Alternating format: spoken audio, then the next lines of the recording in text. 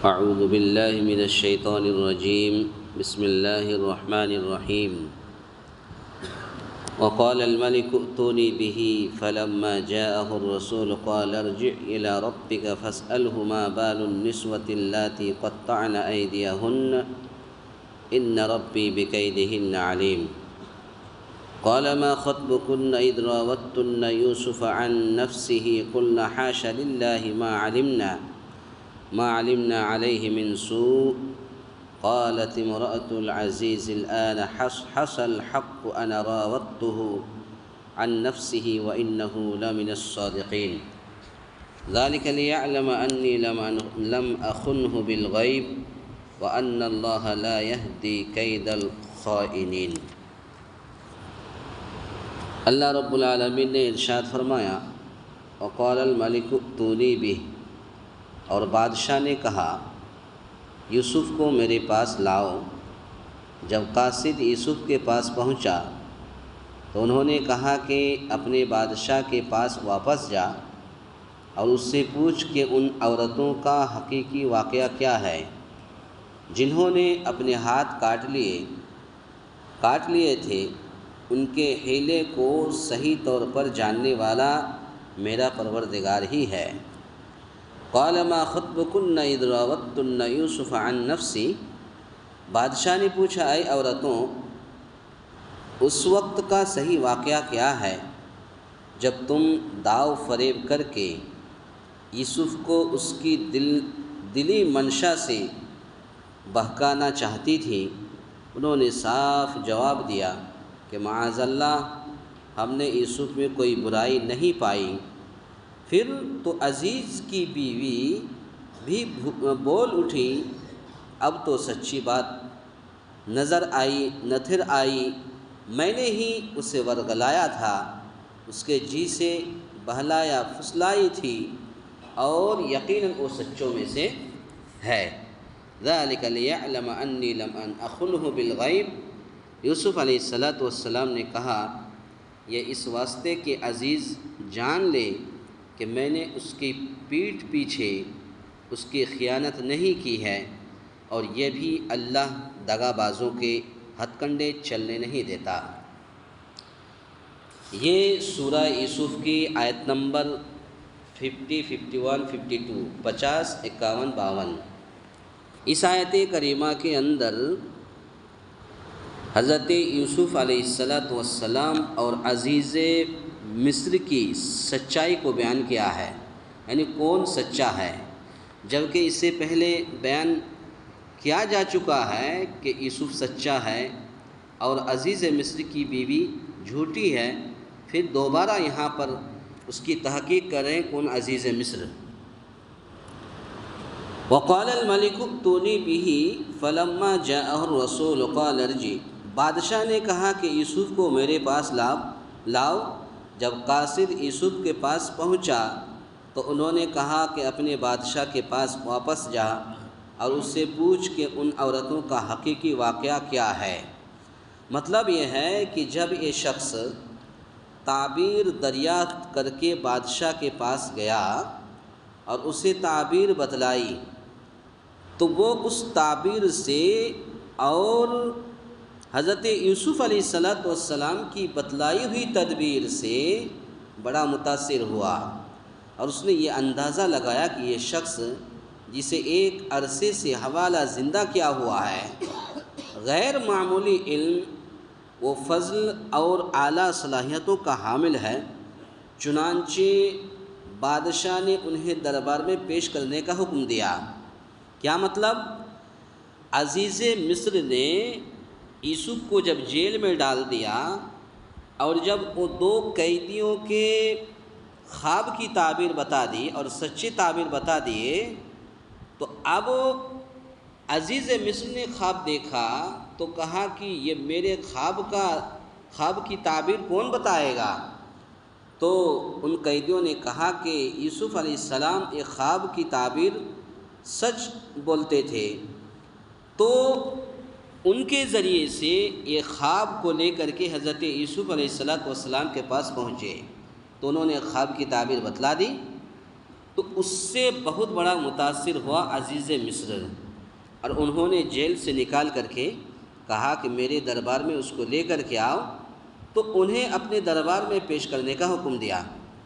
اس کے بعد حضرت یوسف علیہ السلام نے جب دیکھا کہ بادشاہ اب مائل بکرم ہے، اب میری طرف مائل ہو گئے ہیں، اور انہوں نے جیل سے چھڑانے کے لیے بھی تیار ہے، کون؟ عزیز مصر، تو انہوں نے اس طرح محض عنایت خسروانہ سے جیل سے نکلنے کو پسند نہیں فرمایا، کہا کہ بلکہ اپنے کردار کی رفعت اور پاک دامنی کے اس بات کو ترجیح دی۔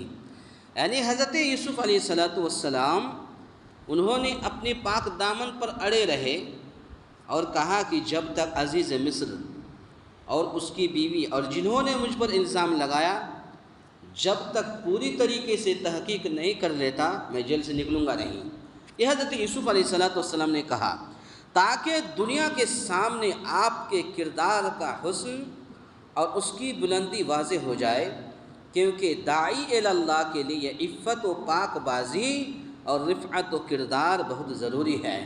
ایک داعی کے لیے ضروری ہے کہ وہ سچا بنے اور سچ بولتے رہے، تو یہی حضرت یوسف علیہ السلام کا واقعہ تھا کہ حضرت یوسف علیہ السلام سچ بولتے تھے، اور ان کا اخلاق، ان کا کردار، ان کا کریکٹر، ان کا چال چلن، اس کا دعوت و تبلیغ کرنے کا جو انداز تھا بہت ہی بہترین انداز تھا۔ اس لیے حضرت یوسف علیہ السلام نے کہا کہ جب تک تم صحیح ڈھنگ سے تحقیق نہیں کر لیتے میں جیل سے نہیں نکلوں گا۔ اس کے بعد پھر کیا ہوا؟ قال ما خطبكن اذ راوتن یوسف عن نفسی، بادشاہ نے پوچھا اے عورتوں اس وقت کا صحیح واقعہ کیا ہے جب تم داؤ فریب کر کے، دھوکہ کر کے یوسف کو اس کی دلی منشا سے بہکانا چاہتی تھی؟ انہوں نے صاف جواب دیا کہ معاذ اللہ، ہم نے یوسف میں کوئی برائی نہیں پائی۔ پھر تو عزیز کی بیوی بھی بول اٹھی، یعنی جب عزیز مصر کی عورتیں، یعنی مصر شہر کی عورتوں نے جب حضرت یوسف علیہ السلام کو دیکھی تو یہ سارے کے سارے ہکا بکا پریشان ہو گئے کہ اتنا خوبصورت بچہ۔ تو ان عورتوں نے کہا کہ حضرت یوسف علیہ السلام کے اندر کوئی برائی ہم نے نہیں پائی۔ فوراً اس کی بیوی بول اٹھی، عزیز مصر کی بیوی زلیخا، کہ اب تو سچی بات نتھر آئی ہے، میں نے ہی اسے ورگلایا تھا، اور میں نے ہی حضرت یوسف علیہ السلام کو بہلائی پھسلائی تھی۔ یقیناً حضرت یوسف علیہ السلام سچوں میں سے ہے۔ تو بادشاہ کے استفسار سے، بادشاہ کے تفسیر کرنے پر تمام عورتوں نے یوسف علیہ السلام کی پاک دامنی کا اعتراف کیا، اور ساری کی ساری عورتوں نے کہا کہ حضرت یوسف علیہ السلام سچے ہیں، پاک صاف ہیں۔ اب امرأۃ العزیز یعنی عزیز مصر کی بیوی زلیخا کے لیے بھی یہ اعتراف کے بغیر کوئی چارہ نہیں رہا۔ یوسف علیہ السلام بے قصور ہے، اور یہ پیش دستی میری ہی طرف سے ہوئی تھی۔ اس فرشتہ صفت انسان کا اس لفظ سے کوئی تعلق نہیں ہے۔ اس کے بعد پھر کیا ہوا؟ ذَلِكَ لِيَعْلَمَ أَنِّي لَمْ أَخُنْهُ بِالْغَيْبِ، یوسف علیہ السلام نے کہا کہ یہ اس واسطے کہ عزیز جان لے کہ میں نے اس کی پیٹھ پیچھے اس کی خیانت نہیں کی ہے، اور یہ بھی کہ اللہ دغا بازوں کے ہتھ کنڈے چلنے نہیں دیتا۔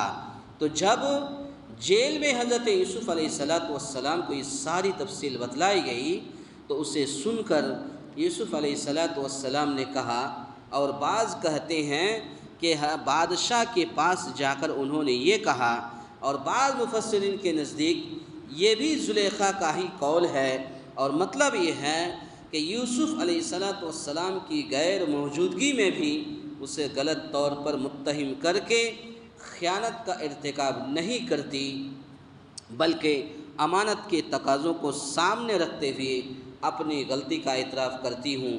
کون کہا؟ یہ عزیز مصر کی بیوی بولی کہی کہ جب جیل میں حضرت یوسف علیہ السلام کو اس ساری تفصیل بتلائی گئی تو یہ سن کر یوسف علیہ السلام نے یہ کہا، اور بعض کہتے ہیں کہ بادشاہ کے پاس جا کر انہوں نے یہ کہا، اور بعض مفسرین کے نزدیک یہ بھی ہے کہ زلیخا کا ہی یہ قول ہے۔ مطلب یہ ہے کہ یوسف علیہ السلام کی غیر موجودگی میں بھی اسے غلط طور پر متہم کر کے خیانت کا ارتکاب نہیں کرتی، بلکہ امانت کے تقاضوں کو سامنے رکھتے ہوئے اپنی غلطی کا اعتراف کرتی ہوں۔ یا یہ مطلب ہے کہ میں نے اپنے خاوند کی خیانت نہیں کی اور کسی بڑے گناہ میں واقع نہیں ہوئی۔ امام ابن کثیر رحمۃ اللہ علیہ نے اسی قول کو ترجیح دی ہے کہ وہ اپنے مکر و فریب میں، زلیخا اپنے مکر و فریب میں ہمیشہ کامیاب ہی رہی، بلکہ ان کا اثر محدود اور عارضی ہوتا ہے۔ بالآخر جیت حق اور اہل حق ہی کی ہوتی ہے، گویا کہ عارضی طور پر اہل حق کو آزمائشوں سے گزرنا پڑے۔ تو یہ صرف اس وقت کی بات نہیں ہے، آج بھی آپ دیکھ لیجئے، سیدھے سادے بھولے بھالے انسان کو پھنسایا جاتا ہے، اگرچہ وہ حق ہوتا ہے، وہ سچا ہوتا ہے، لیکن اس کو پھنسایا جاتا ہے، لیکن بعد میں پھر اس کا نتیجہ یہ ہوتا ہے کہ نہیں، جس کو ہم نے پھنسایا ہے وہ سچا تھا، میں ہی جھوٹا ہوں۔ آج بھی آپ دیکھ لیجئے جگہ جگہ لوگوں کو جو ہے پھنسایا جاتا ہے۔ تو پتہ یہ چلا، اور آج کے درس کا خلاصہ کلام یہ ہے کہ عزیز مصر حضرت یوسف علیہ السلام اور اپنی بیوی زلیخا کی دونوں کی تحقیق کی، تو بعد میں پتہ چلا کہ حضرت یوسف علیہ السلام ایک سچا انسان ہے، اور وہ ان کا اخلاق، ان کا کردار، ان کا کریکٹر، ان کا چال چلن، طور طریقہ اور دعوت و تبلیغ کرنے کا انداز بہت اچھا ہے، یہ تو سچا ہے، اس کو جھوٹا پھنسایا گیا۔ اس کے بعد پھر کیا ہوا انشاءاللہ کل کے درس میں سنیں گے۔ آخر میں اللہ تعالیٰ سے دعا ہے، یا الہ العالمین ہم تمام مسلمانوں کو کہنے سننے سے زیادہ نیک عمل کرنے کی توفیق عطا فرمائیں، آمین۔ اقول قولی ھذا استغفر اللہ لی ولکم ولسائر المسلمین واستغفروہ انہ هو الغفور